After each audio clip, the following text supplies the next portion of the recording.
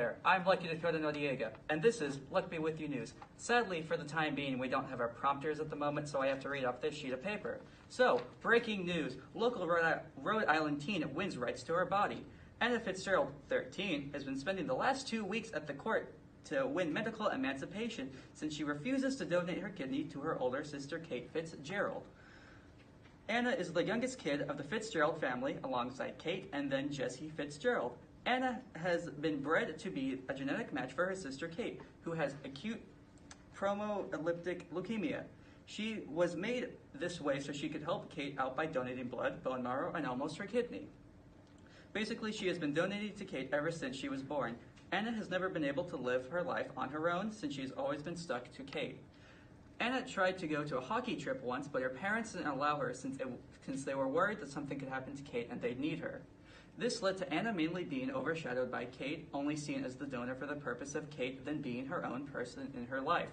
With her lawyer, Campbell Alexander, Anna has decided to risk the relationship of her family to gain the rights of her own body. After many tedious days of the Fitzgerald family fighting against their own daughter, family members breaking down, and Anna's lawyer having a seizure in front of the court, Judge DeSalvo decided to give Anna the rights to her own body. Certainly, the Fitzgeralds have always believed that having Kate alive and part of the family was crucial, but at this point of sanctity of Kate's existence has become completely intertwined with the quality of Anna's life, and it's my job to see whether those two can be separated, states Judge DeSalvo. One of the issues brought up during the past few days has involved whether or not a 13-year-old is capable of making choices as weighty as these. I'd argue, though, that the age is a least likely variable here of basic understanding. In fact, some of the adults here seem to have forgotten the simplest childhood rule: you don't take something away from someone without asking permission. This court battle was definitely messy from the beginning, with the teen's life on one hand and another teen's right to make decisions on the other, though it all ended quite smoothly. In a tough situation with legal charges, Campbell Alexander will be here to help. He'll be here to help if he thinks he'll get more publicity. Campbell will be sure to expose everything in your case. Hire Campbell today. Call 555-555-5555.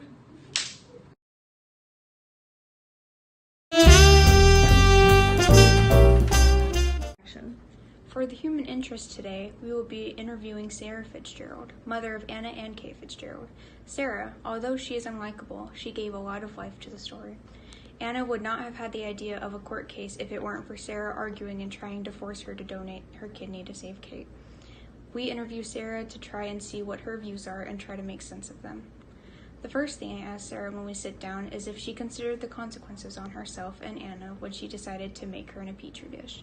She says, "Well, no, not quite," she had mumbled after staying silent. "You have to understand my other daughter was dying, and I didn't have any other choice. None of us were matched to Kate, and non-family donation is dangerous. So I did what I had to do, even if it was making another girl the way I did. Ouch, so far not looking so good. Nice try, Sarah." Mrs. Fitzgerald, do you think about the consequences on Anna, and Anna only, when you are using her for various donations? I ask her next, and she sits silently for a little bit before answering. "Well, I mean, Kate was usually first in my mind, so if anything helped her when she needed it, then Anna had to help since she was the only one who could. Anna never said no." I asked her if she ever asked Anna. She said, "Not quite, but she's my child, and that's her sister. Who wouldn't want to help her?" "What about Kate? How do you know if she wanted all that extra stress and treatment?" I ask her, and her face hardens a bit more than before. "What do you mean?" she asks. "Of course she wanted it. She was sick and dying." "Did you ask?" I emphasized. "Well, no, but why wouldn't she want it? It's treatment to save her life and to make her feel better." I look at the time with a sigh and wrap it up before it got too intense. Need a little kick out of life? Well, Jesse's cigarettes will sure help you. Once you try it, you'll have a burning passion to be successful. Why have a boring life when the flames of these cigarettes can help? You can find these cigarettes at your local gas station or Walmart. Don't try these if you're under the age of 18.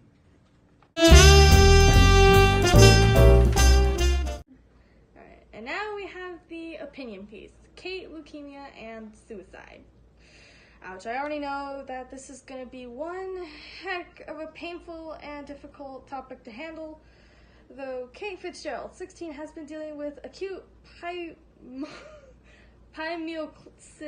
leukemia ever since she was around 2 years old, and she's done it all from the blood transfusion to the bone marrow donations to the chemotherapy to the radiation, etc. Though because of all the surgeries and her constant fighting against the leukemia, her mental health has taken just as horrible as a toll as her physical health over time. At 16 years old, before the big court case, she took a bottle of whiskey and had a bottle of pills in hopes that she could overdose and die faster than she should have. This has shown me that people with illnesses such as cancer are fighting more than just their illness. They're also fighting against the painful mental toll it has taken on them. Stated by Kate herself, "I'm just sick of waiting for something that's going to happen anyway. I think I've up everyone's life long enough." At this time, Anna Fitzgerald, Kate's younger sister, realized that Kate has attempted suicide many times before. Like many others, just interpret people who are sick with cancer and other types of illnesses as just sick. An example of this is outside of Kate's story can be breast cancer in women, as people are more focused on trying to save the women's breast than saving the women as a whole, and these people are fighting for their lives, though they're also tired physically and mentally, fighting against their potentially inevitable demises. Based on what Kate stated, these people also deal with the horrible feelings of guilt for having people deal with their sickness to help them out. Fitzgerald family spent 14 years helping Kate out with her leukemia, and based on how much Kate has suffered and how much she has made her family go through, I can understand why Kate has a lot of feelings of guilt regarding her situation. In conclusion, Kate is fighting a lot more than just her leukemia. She is also fighting the painful mental toll it has given her over time. And now for the weather forecast. Alright, on Saturday it's gonna be 88 degrees, pretty sunny outside. It's gonna be nice. On Sunday, it's going to be 74 degrees, getting a little colder. It's partially cloudy. That's all right. Monday, 64 degrees. You better start grabbing those jackets since it's pretty cloudy. 64 degrees. Oh, boy. On Tuesday, 72 degrees, heating up again, partially cloudy. Hey, you can probably toss out those jackets again. Wednesday, 90 degrees, sunny. Hey, yeah, it's getting warm again. That's nice. Thursday, it's going down again at 75 degrees. Pretty cloudy on Thursday. What are you gonna do about it? And then on Friday, oh boy, it's predicted that it's going to be 60 degrees outside, and there's going to be a really nasty thunderstorm. So yeah, that's all with the weather. Ever felt a little lonely on a Friday night? Why not spend that night at Shakespeare's Cat? Shakespeare's Cat is the new hip gay bar off of Suit Yourself Street.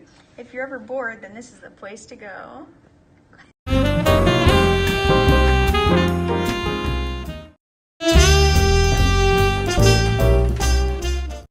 Next, we'll be doing the Dear Abby.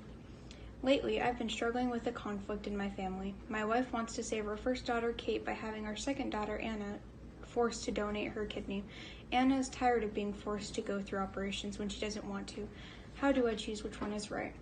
Well, the only advice I can give you is to go with the one you think is right. If Anna doesn't want to be forced to doing it, then don't make her. It's her life. Kate may need to find someone else, or just ask her if she wants to go through with it. Let Kate and Anna decide for themselves what they want. Sad news today that local teen Anna Fitzgerald died in a fatal car crash after winning her court case. Anna spent the last 2 weeks trying to fight for her right to be in control of what happens to her body. She spent her life donating to help her sister Kate live. Anna didn't get a chance at living a full life, but will forever be remembered of wanting to be in control of it. Even in death, Anna is helping her sister by donating her kidney.